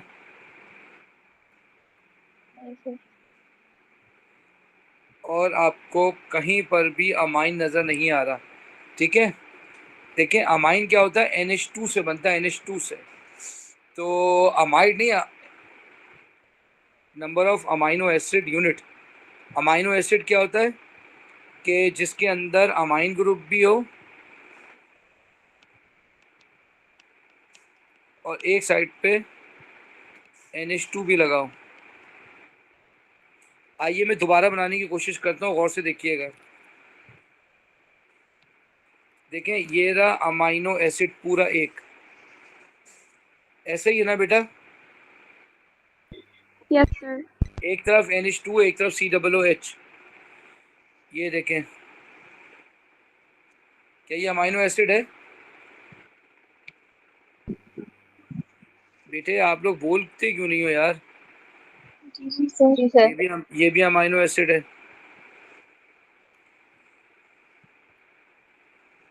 देखें एक तरफ H लगेगा एक तरफ NH2, ये भी अमाइनो एसिड है। ये देखें, अब ये आ रहा है, ये देखें ये रहा एक अमाइनो एसिड, एक तरफ अमाइन ग्रुप है एक तरफ एसिडिक ग्रुप है। बोलो बेटा बात समझ आ रही नहीं आ रही? जी सर। सर, बेटा बोले। और यहाँ अपने अमाइन ग्रुप में तो COOH है ना, तो यहाँ पर तो डबल O नहीं है। कहाँ पर नहीं? तो बेटा ये तो पॉलीमर की चेन है ना, तो जब आप इसको तोड़ेंगे अमाइनो एसिड निकाल रहे हैं ना। ये देखें अगर मैं इसको तोड़ूं, इधर OH लगेगा इधर H लग जाएगा, अमाइनो एसिड बन जाएगा। Okay sir. ठीक है, अच्छा जी अभी तक कितने बन गए? 1 2 3 4 5 6 बन गए। अच्छा अब हाँ बेटा बोले। सर ये जो ब्लू वाला आपने सर्किल किया, इसके में कार्बोनाइल बॉन्ड में नहीं आना चाहिए? कार्बोनाइल मतलब ये जो अमाइड के पास डबल बॉन्ड हुआ है। आप इसकी बात कर रही हैं? इसकी जी सर। बेटा इधर H आ जाएगा, ये अमाइनो बन गया, यहाँ H आ जाएगा, ये एसिड बन गया। मैं आपकी बात समझ ही नहीं पा रहा। दो अमाइड लिंकेज है ना, राइट साइड पे देखें रिंग के पास। अभी मैंने देखो ये 1 2 3 4 5 6, इन 6 के बारे में पूछो। बोलो बेटा इन 6 के बारे में। ब्लू वाले का ही कह रही हूँ मैं कि इस ब्लू वाले के अंदर 2 CW बॉन्ड हो नहीं हो सकते? यार मुझे तो नजर नहीं आ रहा बेटा, ये देखें पूरा ब्लू है, मैं आपकी बात ही नहीं समझ पा रहा। नहीं ये सर, देखें मतलब कि वो जो C डबल बॉन्ड O है ब्लू सर्कल के बराबर में, वो इसमें इंक्लूड नहीं हो सकता? बेटा क्यों इंक्लूड करूं मैं क्यों इंक्लूड करूं? कुछ आगे वाले के लिए भी तो छोड़ूंगा। आपने ये सवाल इधर क्यों नहीं पूछा कि सर ये भी तो हो सकता है? आपने ये सवाल फिर यहाँ क्यों नहीं पूछा, सर ये भी हो सकता है? आपको मैं आसान तरीका बता रहा हूँ, मुश्किल। ये देखें ये एक कार्बोक्सिलिक एसिड एक नाइट्रोजन, एक कार्बोक्सिलिक एसिड और एक अमाइन, एक कार्बोक्सिलिक एसिड ये अमाइन ये कार्बोक्सिलिक एसिड। तो मैं इसको क्यों डालूं? इसके दो कार्बोक्सिलिक एसिड क्यों डालूं बेटा? सर हम इससे नहीं बोल सकते, वैसे जो कार्बोक्सिलिक एसिड लास्ट में आता है वो CO होता है, लेकिन नीचे जो इसके अंदर है वो CO2 है, तो वो डिफरेंट नहीं है। मेरा बेटा अगर आप लोग लंबा काम करना चाहते हैं ना, तो इन सब स्ट्रक्चर को तोड़ें, एक तरफ OH लगाएं एक तरफ H लगा लें। मैं आपको सिर्फ एक नंबर का सवाल है, इतनी लंबी क्यों करें? अब मैं आपको यहाँ से करके दिखाता हूँ, देखिए गौर से। ये रहा कार्बोक्सिलिक एसिड का OH, ये रहा H का, ये एक और अमाइनो एसिड आ गया। क्यों इतना? ये देखें ये रहा एक, ठीक है, और एक ये रहा एक अमाइनो एसिड। एक देखें, ये रहा आपका एक, चाहे तो इसको भी ले लें। बन गए, देखिए कितने बन रहे हैं, 6 7 8 9, 9 के अलावा बन ही नहीं रहे।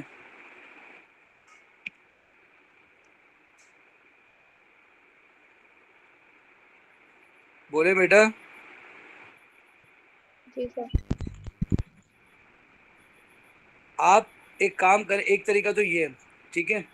अब आप मुझे बताइए कितने अमाइड लिंकेज नजर आ रहे हैं। मैं आपके सामने अमाइड लिंकेज दिखा रहा हूँ, ये देखें।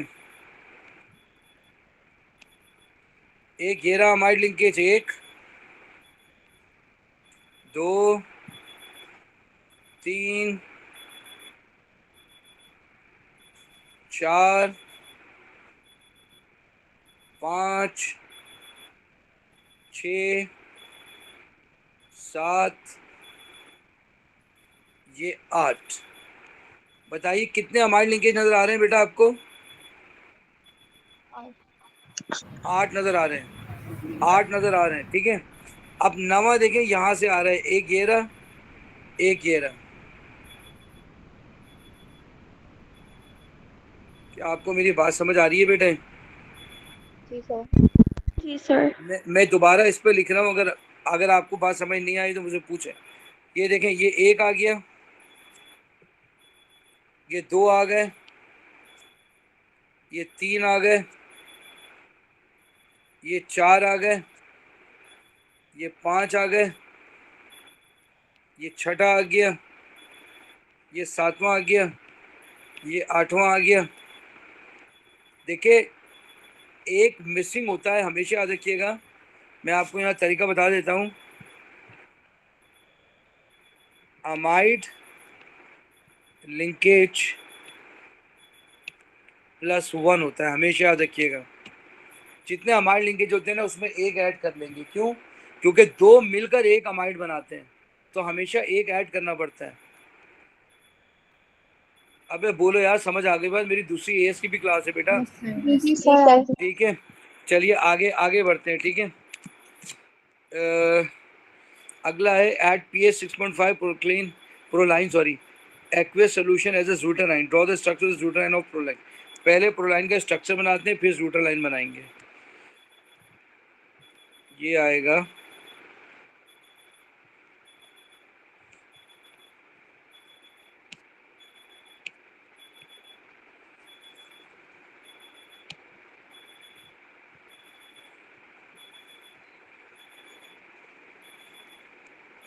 ये आ गया आपका।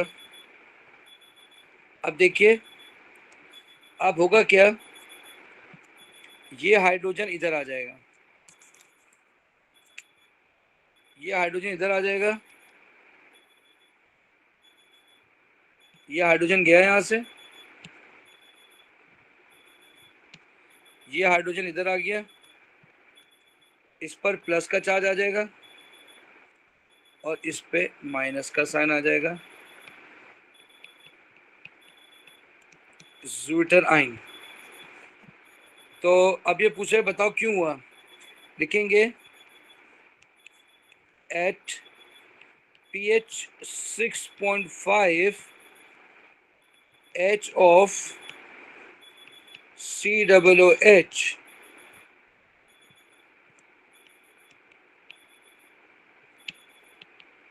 transferred to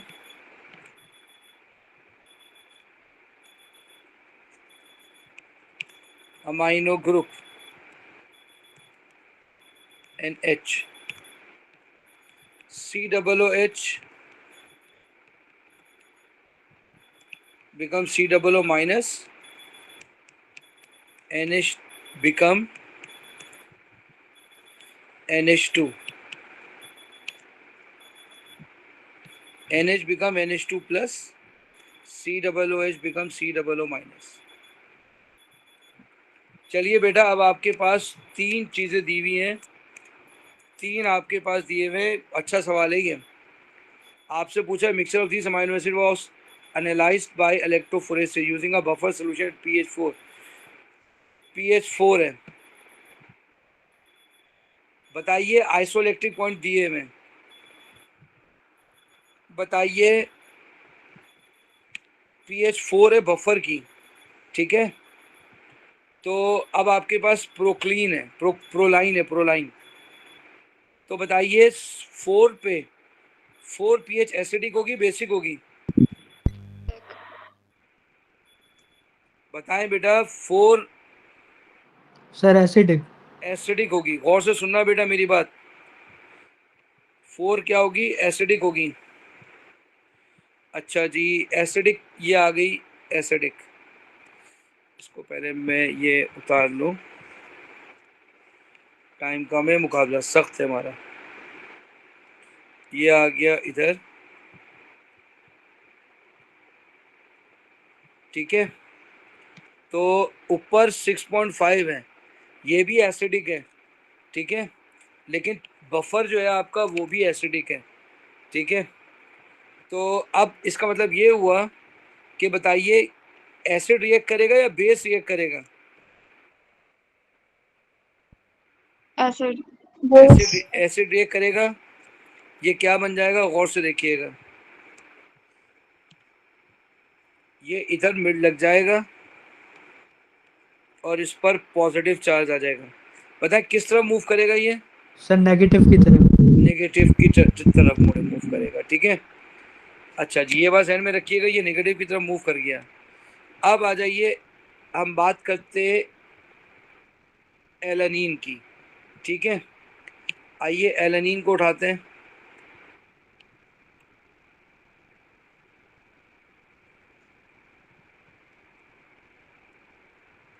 ये आ गया एलानीन, ये है प्रोलाइन, ये है alanine.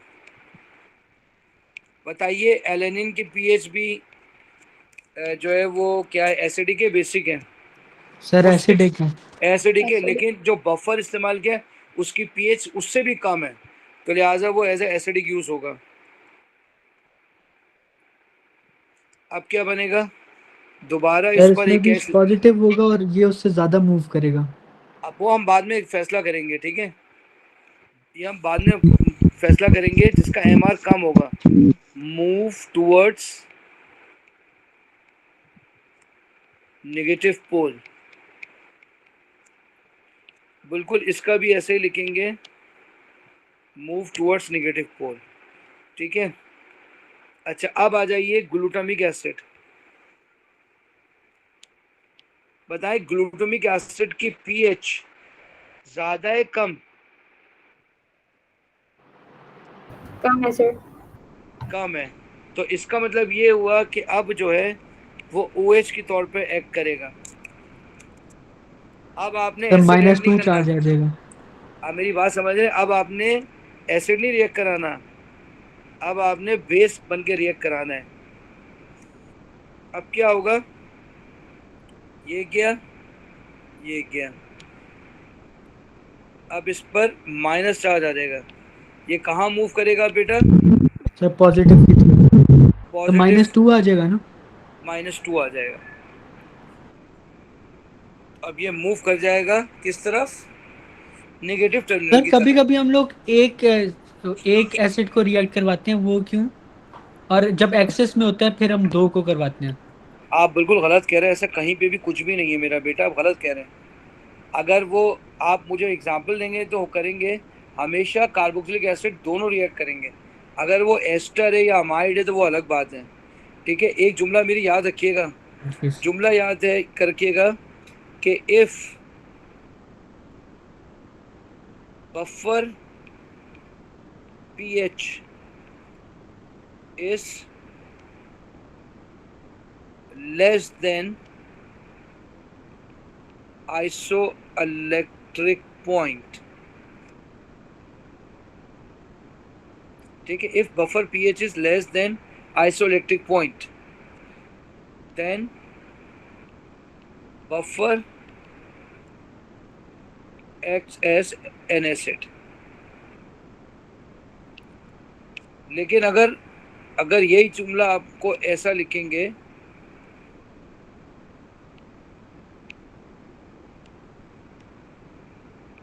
if buffer pH is more than isoelectric point, then buffer act as a base. बेटा ऐसे ही किया ना हमने, जी सर। बिल्कुल। ये ज्यादा जुमला इंपॉर्टेंट है, ठीक है। मेरी एएस की क्लास है। अच्छा जी, अब आप देखें जल्दी से, इसका एमआर बताएं क्या होगा, प्रोलाइन का एमआर। बेशक आप गूगल करके बता दें। एलेनिन का एमआर बताएं क्या होगा।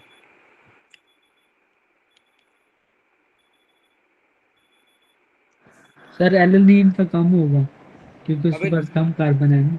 अबे भाई निकाल दे यार। अच्छा हाँ, ये बात भी सही कह रहे हो। तो अगर आप निकाल लेंगे तो ज़्यादा आसानी हो जाएगी।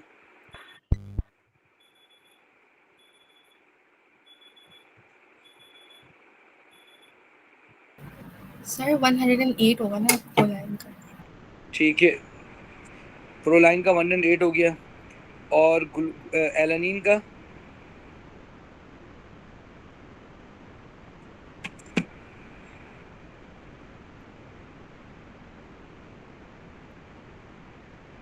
सर गूगल 89 बता रहे हैं। गूगल भाई कह रहे हैं इसका एमआर 89 है। तो इसका मतलब ये हुआ कि प्रोलीन पीछे होगा एलेनिन से, ठीक है। तो ये हम लिखेंगे, ये एलेनिन है, ये प्रोलीन है, और यहाँ लिख देंगे हम ग्लूटामिक एसिड। सर इसको ज्यादा आगे तक मूव नहीं करवाएंगे क्योंकि इसमें प्लस वो 2 दफा चार्ज -2 था। तो क्या करें, इसको और आगे ले जाएं? कोई जी सर। इससे कोई फर्क नहीं पड़ता बेटा, इसका एमआर भी ज़्यादा है उनसे। तो ऐसे हम बेवकूफ़ी नहीं करेंगे। हम एलेनिन और प्रोलीन का तो कंपैरिजन कर सकते सर हैं। हम लोग प्रायोरिटी चार्ज को देते हैं ना। हाँ, चार्ज की प्रायोरिटी है, उसके बाद एमआर है, ठीक है। तो अब आप लिखेंगे इसको, इसकी एक्सप्लेनेशन तो लिखी नहीं है। चलिए बताइए कि, सर बोलो बेटा। मैंने ई पार्ट में लिखा हुआ है कि प्रोलीन जो है it acts as a zwitter ion, जो बीच में नहीं होना चाहिए, वो कुछ न्यूट्रल होगा। बेटा कहाँ लिखा है? सर इससे ऊपर वाला पार्ट जो है ई वाला। बेटा उसका इससे क्या ताल्लुक है, ये अलग पार्ट है ना। बेटा आइसोइलेक्ट्रिक पॉइंट सबके लिखे हुए, वो तो सारे ज़्विटर आयन बनेंगे इन पीएच पे।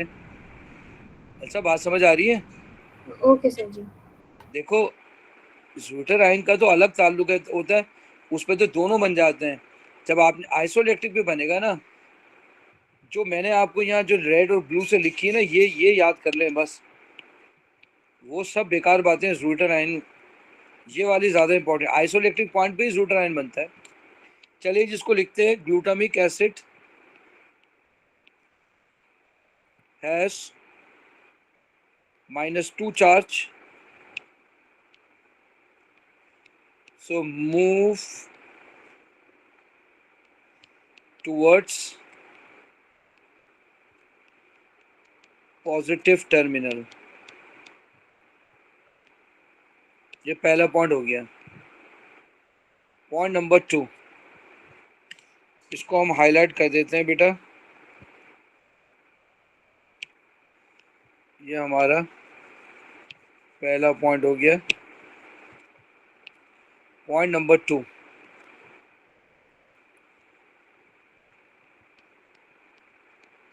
Proline and alanine have +1 charge, so move towards negative terminal। ये आपका दूसरा पॉइंट भी हो गया। चलिए अब तीसरा पॉइंट लिखेंगे।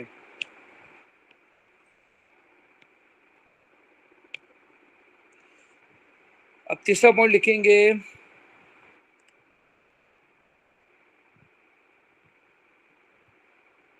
किसका एमआर ज़्यादा है? एलेनिन का कम है। alanine moves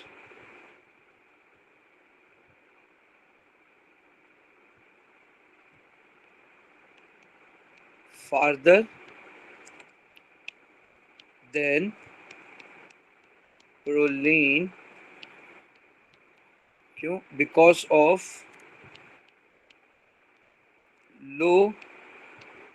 lower MR. बोलो बेटा, अगर कुछ और पॉइंट लिखना है तो बताओ। पूरे हो गए बेटा?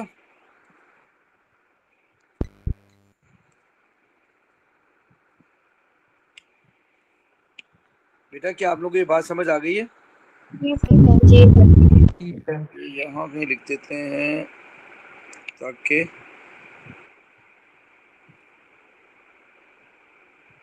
शुरू में ही रहे।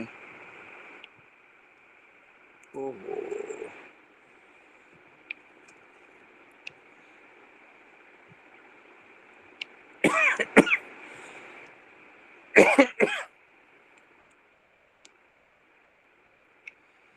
अच्छा जी, ये हमने यहाँ लिख देना है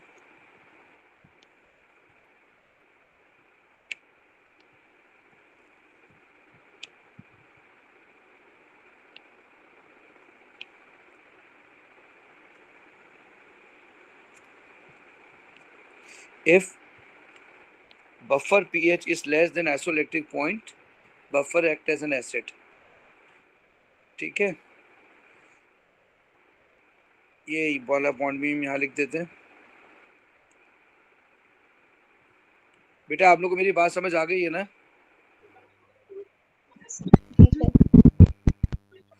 यहाँ लिख देते हैं if buffer pH is more than isoelectric point, then buffer act as base.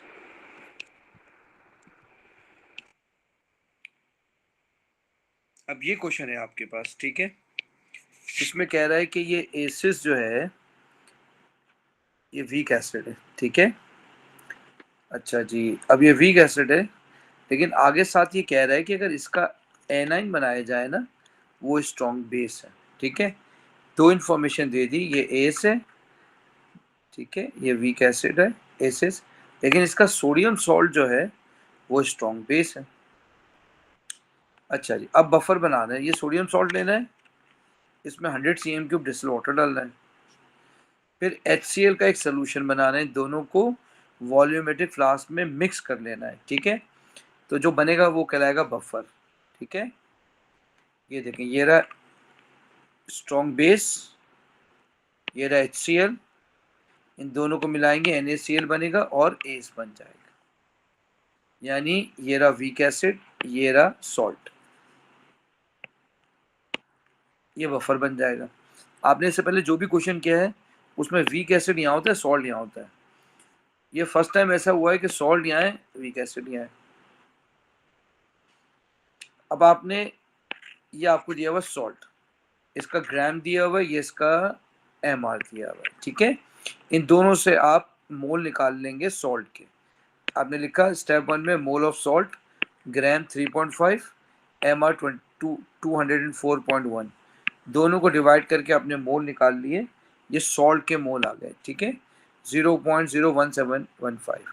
अब एसिड आपने डाला है, कॉन्सेंट्रेशन है, वॉल्यूम है, इससे आप मोल निकाल लें HCl के, कॉन्सेंट्रेशन वॉल्यूम रख के 1000 से डिवाइड करके मोल निकाल लिए। अब आपके पास HCl के मोल भी आ गए, बेस के भी मोल आ गए सॉल्ट के।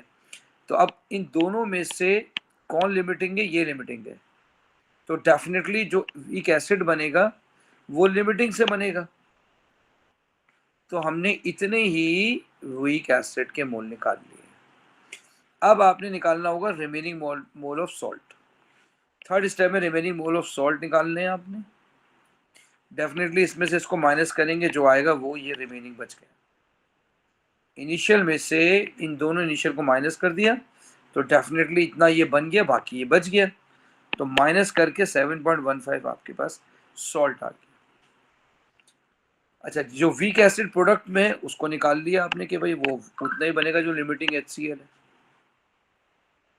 अब आपके पास सॉल्ट भी है, अब आपके पास ये वीक एसिड भी है। pH का फॉर्मूला लगाएंगे, pH is equal to pKa plus log salt over acid. pKa की वैल्यू 6.8 गिवन थी, ये रही, और log सॉल्ट ये रहा, एसिड ये रहा। जब आप इन दोनों को डिवाइड करके log लेंगे तो नेट आंसर आ जाएगा 6.73। इसकी pH आ जाएगी 6.73। टेक्निकल चीज इसमें ये थी कि सॉल्ट रिएक्टेंट में था, यानी जो स्ट्रॉन्ग बेस है खुद लिखा है इसने, और इससे बनेगा एसिड, वीक एसिड, वो रिएक्टेंट में था। बस इस तरह ये पेपर खत्म हो गया।